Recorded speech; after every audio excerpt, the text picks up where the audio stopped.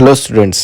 तो आज हम पढ़ने जा रहे हैं one of the important lesson जिसका नाम है गति मतलब मोशन। तो आम जीवन में हम रोज़ गति देखते हैं। कोई ना कोई चल रहा है, कोई भाग रहा है, कोई दौड़ रहा है, पक्षी उड़ रहे हैं, गाड़ियाँ चल रही है, हर जगह गति हो रही है। एक सूक्ष्म वस्तु जिसे हम एटम बोलते हैं, परमाणु बोलते हैं, इवन परमाणु भी स्थिर नहीं है, उसमें जो इलेक्ट्रॉन्स है वो भी गति कर रहे हैं। तो आप सोचो कि परमाणु से लेकर तो सबसे बड़े ऑब्जेक्ट इस ब्रह्मांड के जो सूर्य है वो भी गति कर रहा है, जो आकाश गंगा है वो भी गति कर रही है, जो चंद्रमा है वो भी गति कर रहा है, जो पृथ्वी है वो भी गति कर रही है। हर जगह गति हो रही है, कुछ भी स्थिर नहीं है। तो गति को डिफाइन कैसे किया जाएगा, कैसे समझेंगे गति क्या है तो गति बहुत बड़ी चीज़, लेकिन सिंपल टर्मिनोलॉजी में समझते हैं। जब कोई वस्तु समय के साथ अपनी जगह बदले, अपने पोजीशन बदले, अपने स्थान को परिवर्तित करे, उसे हम गति कहते हैं। इवन गति का फॉर्मूला भी वही है, दूरी बटा समय, डिस्टेंस अपॉन टाइम। तो इसमें टाइम का भी बड़ा महत्व है। अगर आप ये बोले कि गति मतलब कि कोई वस्तु एक जगह से दूसरी जगह जा रही है, अगर आप इतना बोलते हैं तो इट्स नॉट इनफ, ये काफ़ी नहीं है। उसमें समय जोड़ना बहुत इम्पोर्टेंट है। तो जब कोई वस्तु समय के साथ अपने स्थान को परिवर्तित करती है, अपनी पोजीशन चेंज करती है, एक जगह से दूसरी जगह जाती है, तो उसको हम बोलते हैं गति। इसका पहला टॉपिक है motion in a straight line, मतलब सरल रेखीय गति। तो सरल रेखीय गति मतलब एक ऐसी गति जो एक सरल रेखा में हो। इसका एग्जाम्पल है, एक कार सीधे ट्रैक पर चल रही है, एक ट्रेन है सीधे पटरी पर चल रही है, कोई वस्तु ऊपर से नीचे गिर रही है, जहाँ पर दिशा का कोई महत्व ना हो, जहाँ पर दिशा न आती हो, इस प्रकार के गति को हम बोलते हैं motion in a straight line, मतलब सरल रेखीय गति। अब अगला पॉइंट समझते हैं, दूरी और विस्थापन, डिस्टेंस एंड डिस्प्लेसमेंट। बहुत ही सिंपल चीज़ है। फॉर एग्जाम्पल, एक हमारे पास बिंदु है बहुत सारे, जैसे ए है, बी है, सी है, डी है, 4 बिंदु है। और 4 बिंदु के बीच में एक अंतर रखते हैं हम 10-10 किलोमीटर का। ए से बी 10, बी से सी 10, सी से डी 10 किलोमीटर। अब किसी वस्तु को ट्रेवल करना है ए से लेके तो डी तक के, तो पहले वो ए से बी जाएगी, बी से सी जाएगी और सी से डी जाएगी। तो जो टोटल अंतर कवर हुआ वो है 30 किलोमीटर का, मतलब दूरी, टोटल दूरी। और अगर हम विस्थापन की बात करें, मतलब वो जो वस्तु है कितनी डिस्प्लेस हुई है उसकी जगह से। तो पहले वस्तु थी ए बिंदु पर, ए पॉइंट पर, अब वो वहां से डिस्प्लेस होकर कहाँ चली गई, डी पॉइंट पर, मतलब वो 30 किलोमीटर का उसके अंदर डिस्प्लेसमेंट हुआ।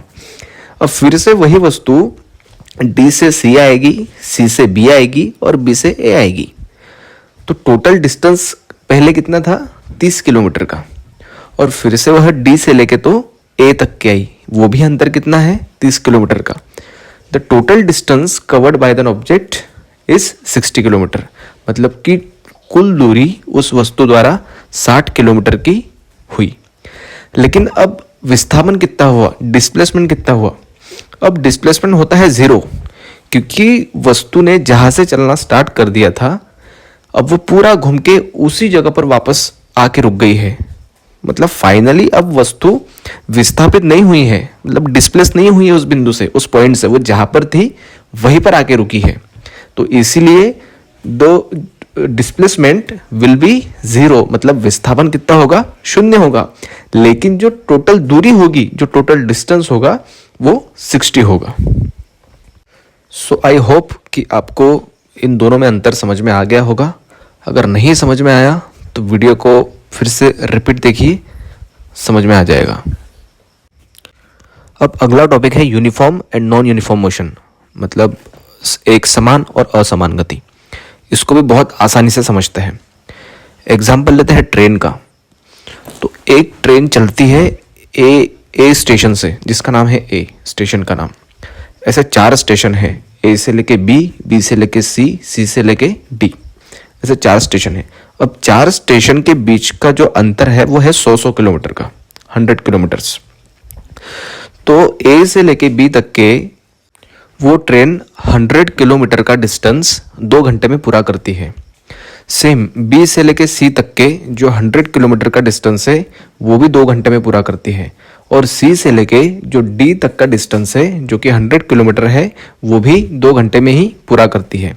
इसका मतलब equal distance with equal time, मतलब कि जब कोई वस्तु समान समय अंतराल में, मतलब इक्वल टाइम इंटरवल में समान दूरी तय करे, समान डिस्टेंस तय करे, उसे हम बोलते हैं यूनिफॉर्म मोशन, एक समान गति।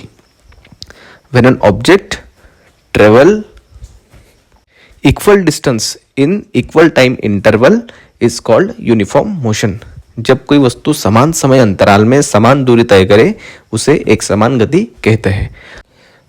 अब इसके बाद है नॉन यूनिफॉर्म मोशन, मतलब असमान गति। तो असमान गति के लिए एग्जाम्पल ये है कि पहले हमने क्या देखा था कि 100 किलोमीटर्स कवर हो रहे थे 2 घंटे के अंदर। अब यहाँ पर जो समय है, टाइम इंटरवल है, वो सेम रहेगा, ठीक है। मतलब 2 घंटे में अब जो ट्रेन पहले 100 किलोमीटर कवर कर रही थी वो अब करेगी 80 किलोमीटर कवर। फिर उसके बाद जो सेकेंड टाइम है वो जो 2 घंटे में 100 किलोमीटर कवर कर रही थी बी से लेके सी, वो अब करेगी हो सकता है 130 किलोमीटर। और थर्ड टाइम में 2 घंटे में वो ट्रेन कवर करेगी 150 किलोमीटर, ठीक है। तो यहाँ पर यह समझने को मिलता है कि पहला वाला जो एग्जाम्पल था उसमें इक्वल टाइम था और इक्वल डिस्टेंस था, लेकिन इस वाले मोशन में, मतलब कि नॉन यूनिफॉर्म मोशन में टाइम उतना ही है 2-2 घंटे का, लेकिन जो डिस्टेंस कवर हो रहा है, जो अंतर कवर हो रहा है वो अनइक्वल है। तो इसलिए हम कहते हैं कि when a object travel unequal distance in equal time interval, unequal distance मतलब डिस्टेंस अनइक्वल है लेकिन जो टाइम है वो इक्वल है, that is called non uniform motion. अगर हिंदी में बोलूँ तो जब कोई वस्तु समान समय अंतराल में असमान दूरी तय करे तो उसे असमान गति कहते हैं। इसका एग्जाम्पल है हमारे डेली लाइफ में ही है। हम कार चलाते हैं, बाइक चलाते हैं, जब हम ट्रैफिक में होते हैं तो हमारी स्पीड कम होती है, हमें एक 5 किलोमीटर का सफ़र कवर करना है और अगर हम ट्रैफिक में हैं तो हो सकता है हमको 1 घंटा लग जाए।